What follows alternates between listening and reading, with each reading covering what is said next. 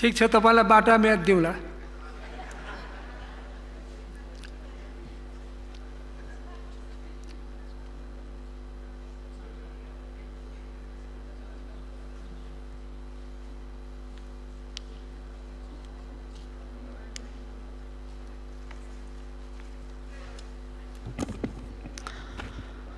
सम्माननीय सभामुखजी, नेपालको संविधान हामीले लेखिरहँदा पहिलो पटक इतिहासमा पहिलो पटक हामीले कुनै पनि नेपाली नागरिकलाई नागरिकताको हकबाट वञ्चित गरिने छैन भनेर धारा 10 मा लेख्यौं।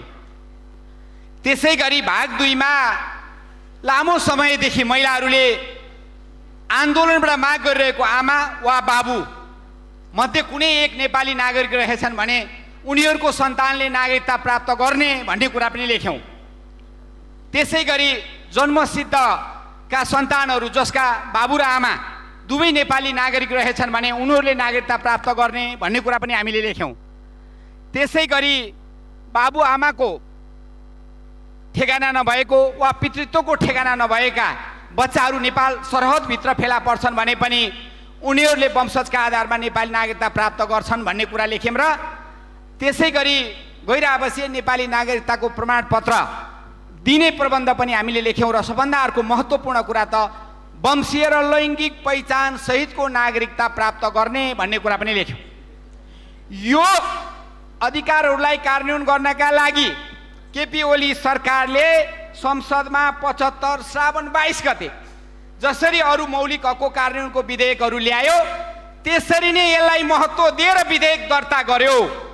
तर कसका कारणले त्यो विधेयक 2 वर्षसम्म समितिमा रह्यो। आज जनताले त्यो प्रश्न खोजिरहेका छन् कि आज फेरि जतिखेर जुन ढङ्गबाट भए नि 34 वटा औपचारिक बैठक अनेकौं अनौपचारिक बैठक बसेर भए पनि समितिले मेहनतपूर्वक संसदमा दर्ता गरेर अब चाहिँ चहराइरहेको घाउमा मलम लाग्छ होला।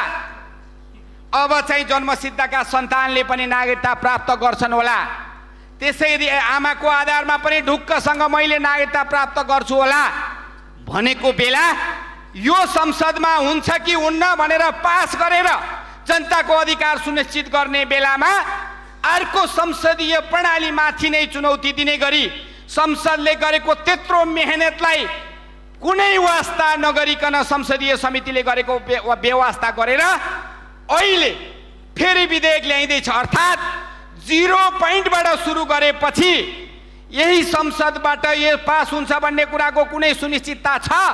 अर्थात् यो सरकार जनतालाई जनताको अधिकार सुनिश्चितता गर्ने दिशामा कुनै गम्भीर छैन र जनताको चहराइरहेको घाउहरू चढाओस् भन्ने दृष्टिकोण बाहेक यो सरकारसँग छैन भन्ने लाग्छ। हामीले त केपी ओलीको सरकारले संसदमा जब ढिलो हुने देखेपछि अध्यादेश पनि ल्याएको थियो। सम्मानित सर्वोच्च अदालतले मेरिटमै प्रवेशै नगरिकन नागरिकता जस्तो विषय अध्यादेशबाट हुन सक्दैन भन्यो। अनि त्यसपछि अध्यादेश पनि कार्यान्वयन गर्न नदिने अहिले यहाँ हुन्छ कि हुन्न भनेर हात उठाएर पास भएर भोलिदेखि लागू हुने विधेयक पनि रोक्ने जुन षड्यन्त्र छ त्यसको हाम्रो पार्टी नेकपा एमाले गम्भीर ढङ्गबाट आपत्ति जनाउँछ, विरोध गर्छ, भर्सना गर्दछ।